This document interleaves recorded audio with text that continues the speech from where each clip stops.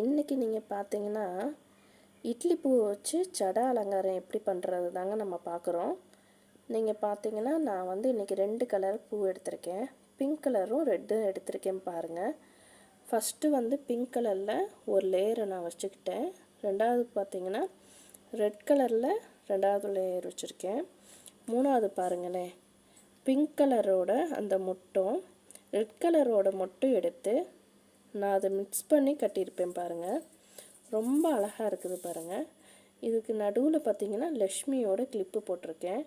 இதே மாதிரி தாங்க பின்னல்லையும் பார்த்தீங்கன்னா இந்த மொட்டு இருக்குது பார்த்தீங்களா, அந்த மொட்டை வந்து ஒரு லேயர் வச்சுட்டு நடுவில் வந்து லக்ஷ்மியோட கிளிப்பு மாட்டும் போது ரொம்ப அழகாக இருக்குங்க.